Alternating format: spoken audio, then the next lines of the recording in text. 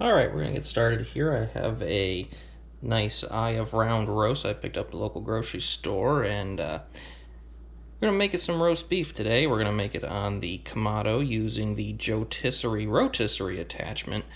And one of the things I want to show you about this particular cut of meat is they have really long, straight grains. I don't know if you can see that there. So the important thing is when it comes time to serve this meat, you're gonna want to slice across the grain so that you get a nice clean bite.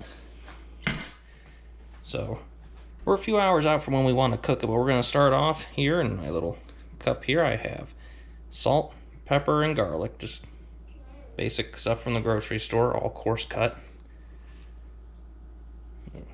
I'll sprinkle that on generously.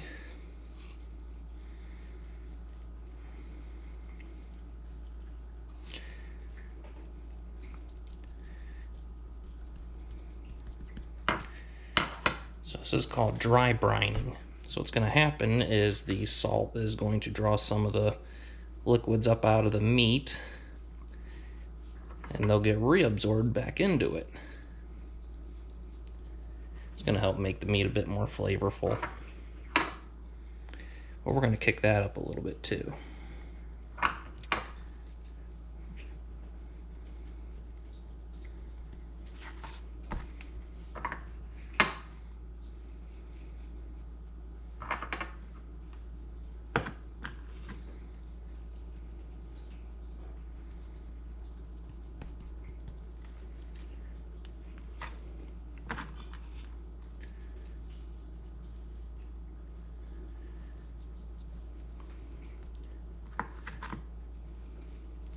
I think that looks all right. So the eye around roast, on top of having these nice long straight grains, is an extremely lean cut of meat. And part of why this gets a pretty bad rap in the kitchen is because of how lean it is. Remember, fat means flavor. So we're going to kick this up a little bit. Here we go. We have a stick of melted garlic, melted butter. Maybe I'll try and edit that out, but wouldn't count on it if I don't. And we're going to take a couple pinches of our, I can have the rest of it, of the salt and pepper and garlic. And to that, we're going to add some fresh garlic.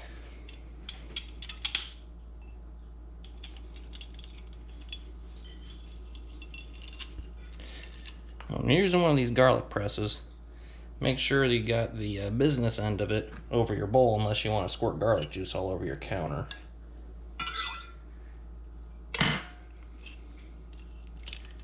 You don't have to be too picky about peeling them, because check that out. The grate's going to catch the skin. So just peel that out.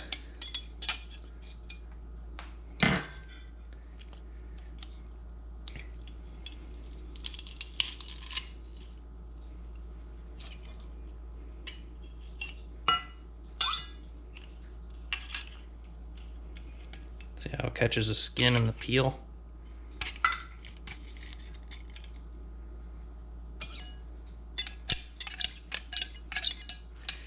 And we'll do one more. See, I'm Italian, and one or two peels of garlic is never enough for anything. I mean, even, I guess, unless the recipe is how to cook 1 clove of garlic. And even if that is the recipe, you should probably use 2 anyways. Alright, that's enough. Swirl.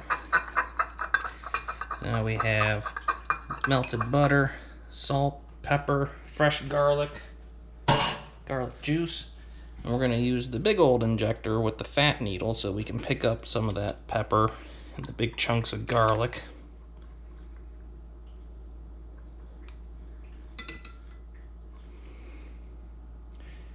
We're going to start here. We're just going to jab right down into her. Give her a little squirt.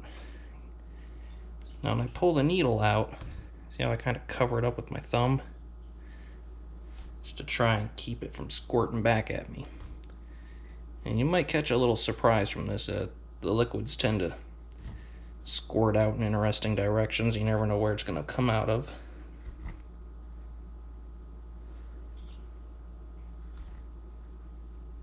Oh, there it went. See that? Flew right out the end. Got all over my dear wife's counter that she just cleaned.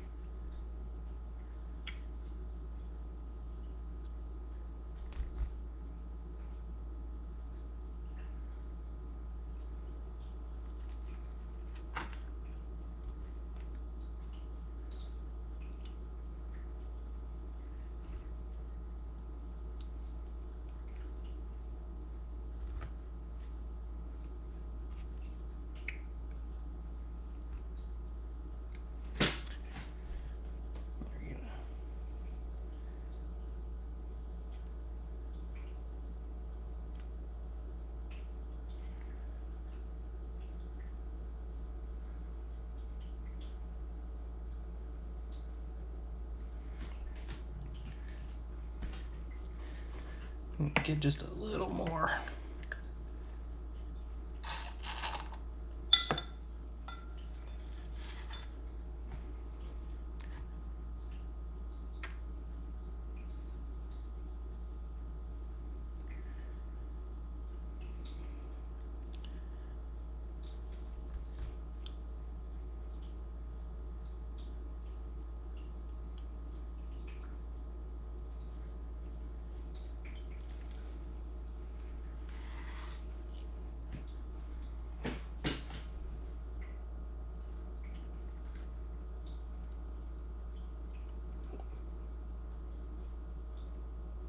Oh, big squirt there.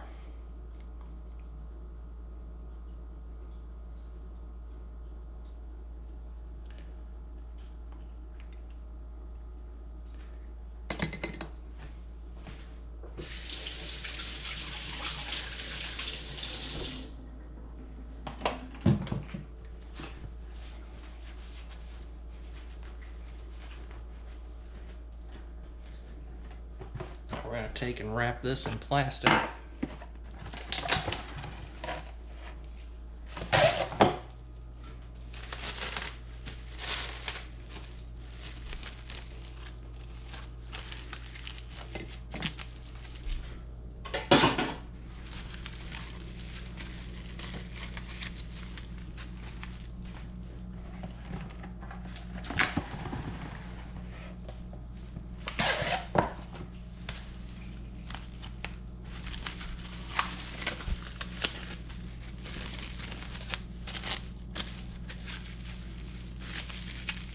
There we go. That's going to help hold some of the butter inside and some of the juices that are going to be drawn out of the meat from the salt.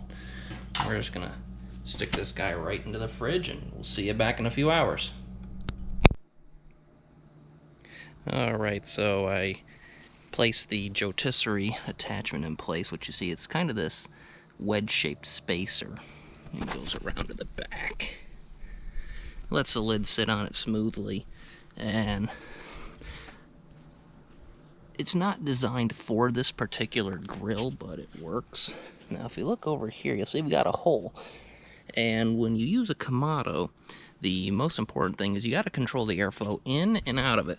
So on the inside, I got my lower vent set so I can just kind of fit my 2 fingers through it. I got fat fingers, so it's about a little over a centimeter, maybe a centimeter and a quarter. And up on the top grill, we have it set.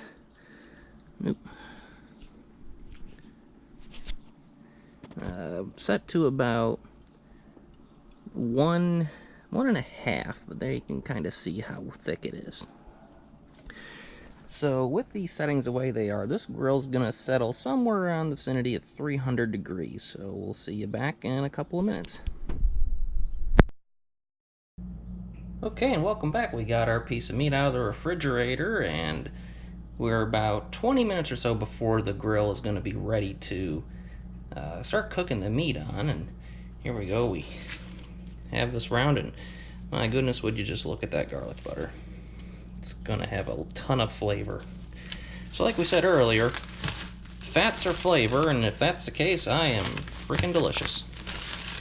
So let's start and unwrap this guy. And did clean the counters.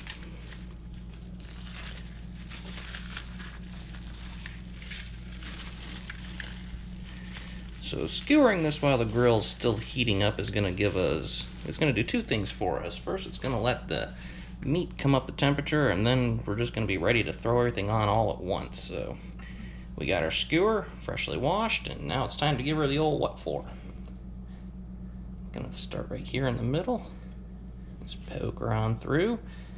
The other nice thing about working with cold meat is that it doesn't give way as much, so it's easier to work with.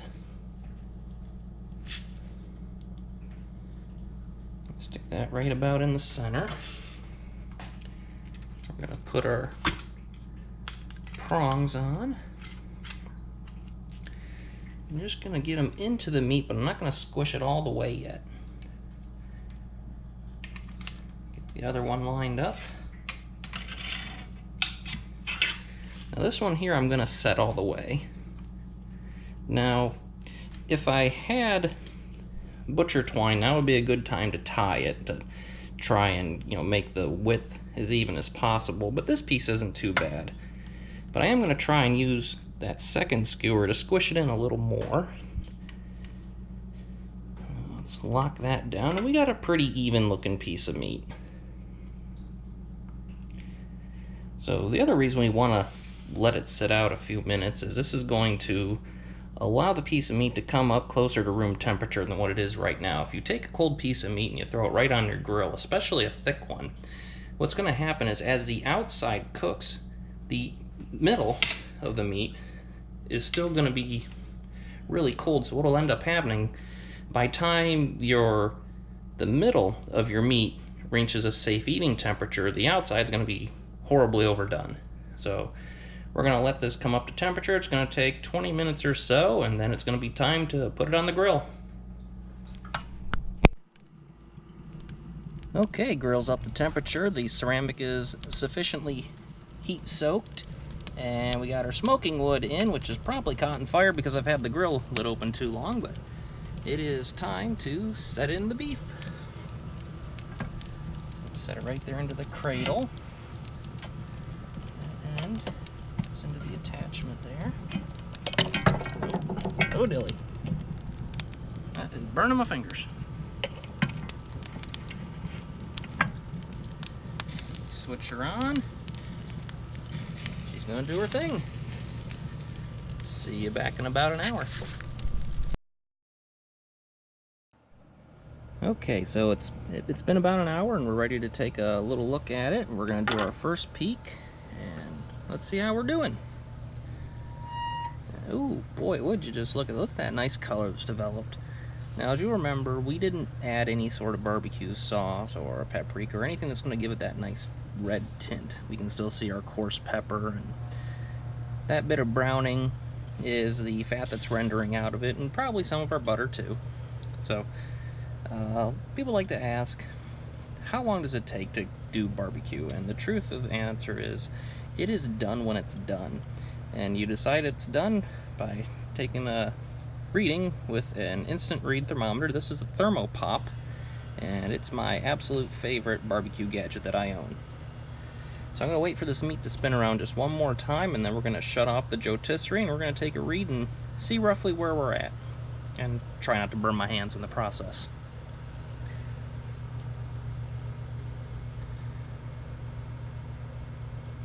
Alright, that's perfect. Sneak right in here on the end. Okay, we're about 150. That's a solid medium well. So this is done. So this cut here was about 3.5 pounds. It's not that big. It took just a little over an hour. So we're gonna take it inside, get it off the skewer, and we're gonna let it sit for about an hour. Or sorry, not an hour. Oh, about 20 minutes or so. Let the juices redistribute, give it a little time to rest, and whip up some sides. Okay, it's been about 20 minutes. We're all rested and have our stabbing apparatuses removed, and it's time for the big reveal.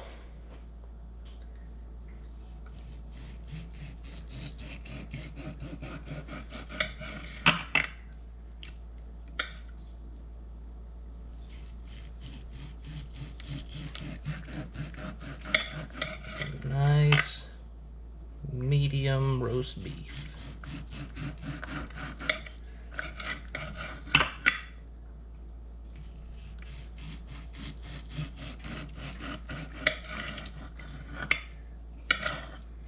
It just smells really nice, like garlic, and if you look closely, you can see where it was injected. You can see some of the garlic from it. That's going to be delicious.